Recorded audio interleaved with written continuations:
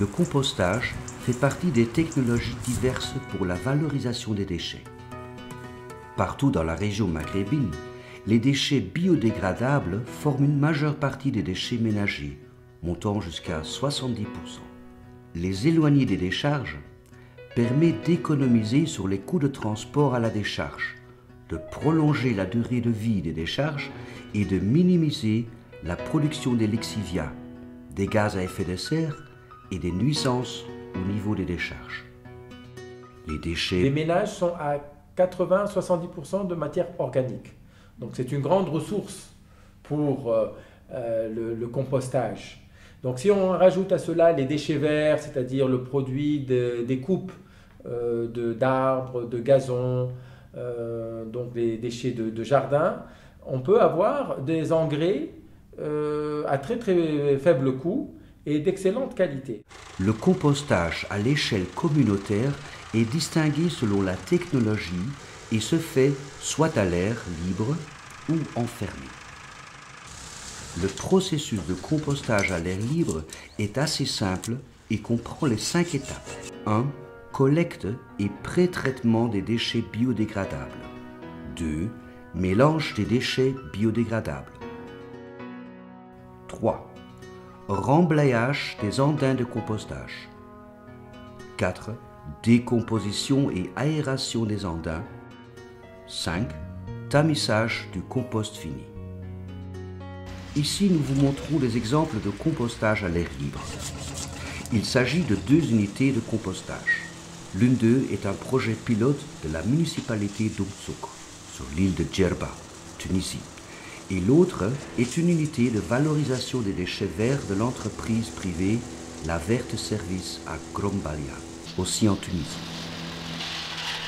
Dans la première étape, vous faites la collecte et la préparation de la matière première, les déchets biodégradables comme les déchets alimentaires des ménages, les déchets verts des jardins et parcs ou les déchets des marchés à légumes.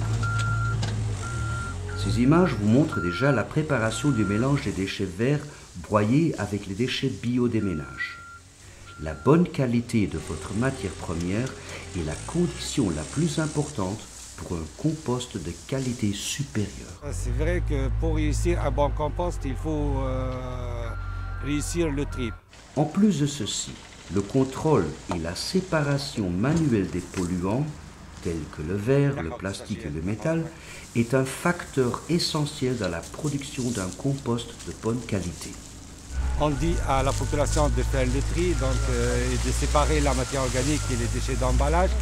On a vu qu'il y a une implication très importante de la population pour réussir ce projet, mais il reste toujours des problèmes avec quelques ménages qui ne font pas d'efforts sur le tri. Et vous avez vu dans le fil qu'on a fait, donc il y a parfois, on trouve des impuretés dans ce compost. Maintenant, notre défi, c'est sensibiliser la population à faire bien le tri. La deuxième étape concerne le mélange des déchets biodégradables. Il s'agit de trouver la bonne relation entre le matériel facilement dégradable, comme les déchets alimentaires, et le matériel de structure, comme les feuilles ou les branches. Ajoutez aussi un peu de matériel tamisé du compost fini pour inoculer les nouveaux andins et faciliter le début du processus de décomposition. L'étape numéro 3 concerne le remblayage des andins de compostage. Vous formez des andins qui sont retournés régulièrement. La numérotation des andins est importante et facilite le suivi de la manipulation d'état. Le retournement ou brassage que vous voyez démontré ici libère les gaz enfermés et les remplace par l'oxygène nécessaire au processus biologique. L'aération des andins ainsi que le réglage de l'humidité sont essentiels pour maintenir de bonnes conditions pour le micro-organisme.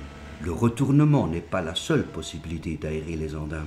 En cas de manque de place, par exemple, l'aération artificielle est une option qui est aussi utilisée dans l'unité de compostage pilote d'Oumtsouk. Vous voyez ici les installations, le système de tuyaux pour l'irrigation et le compresseur qui fournit l'air aux andins. L'étape numéro 4 du processus est la phase de décomposition et d'aération. Cette étape se déroule en 2 phases qui se distinguent par la température générée dans les andins. La première phase dure entre 4 et 6 semaines et génère une température entre 40 et 65 degrés Celsius. Le pic de la température entre 55 et 65 degrés Celsius permet l'élimination des pathogènes. La deuxième phase nécessite entre 6 et 8 semaines à une température moins de 40 degrés Celsius et permet la maturation du compost.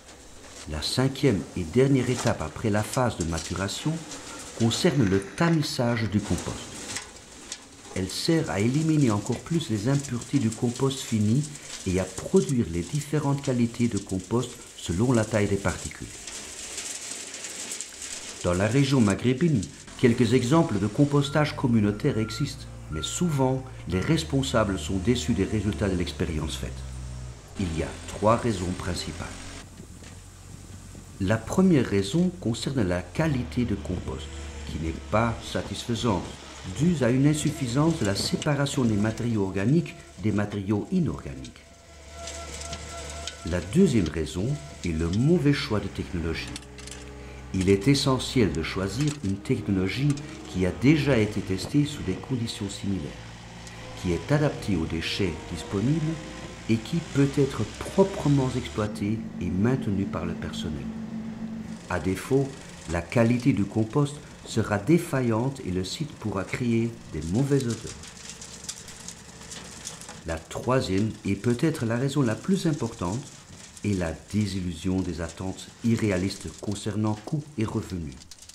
La production d'un compost de qualité a des coûts et il pourrait être impossible de récupérer la totalité de ces coûts par la vente du compost fini. Cependant, une bonne stratégie de marketing ou d'utilisation et une campagne d'éducation citoyenne permettront de maximiser les revenus. Il faut aussi compter les coûts évités par la déviation des déchets des décharges qui vont contribuer à l'impact économique du compostage. Le compost produit est une ressource naturelle de valeur. Il présente une source précieuse de matériaux minéraux et organiques et permet le dégagement lent d'azote. L'utilisation de compost réduit le besoin des engrais chimiques. Il améliore la structure du sol parce que le compost augmente la rétention de l'humidité dans les sols sableux et la capacité d'infiltration d'air dans les sols argileux. Donc il faudrait avoir une filière claire, nette de collecte de déchets verts. Là, avec cette filière-là, nous, on est disponible, les privés, les sociétés privées sont disponibles pour recevoir ce déchet-là, ce déchet qui crée une pollution de la ville. Ce déchet-là, on va le transformer, on va, avec ce déchet-là, produire un fertilisant qui va retourner au sol, dans les jardins, dans l'agriculture. Nous avons une agriculture où on a un manque énorme de matière organique. Et là, nous avons de la matière organique, on a de la matière première, il suffit de la collecter, de la ramasser et d'en faire un compost. Le compostage à l'air libre peut se faire à moyenne ou petite échelle, dans le jardin des ménages, par les associations de riverains, par les municipalités ou des entreprises privées qui utilisent le compost eux-mêmes ou le vendent. La flexibilité de cette technologie permet son utilisation dans beaucoup de cas. La taille des unités communautaires est restreinte selon l'espace disponible.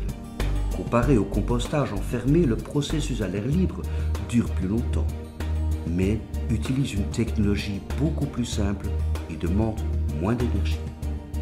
Le compostage permet non seulement le traitement d'une partie des déchets municipaux et ainsi la réduction des déchets mis en décharge, mais en plus il produit un fertilisant pour l'agriculture ou le jardinage qui peut, par sa vente, contribuer au financement de cette valorisation des déchets municipaux.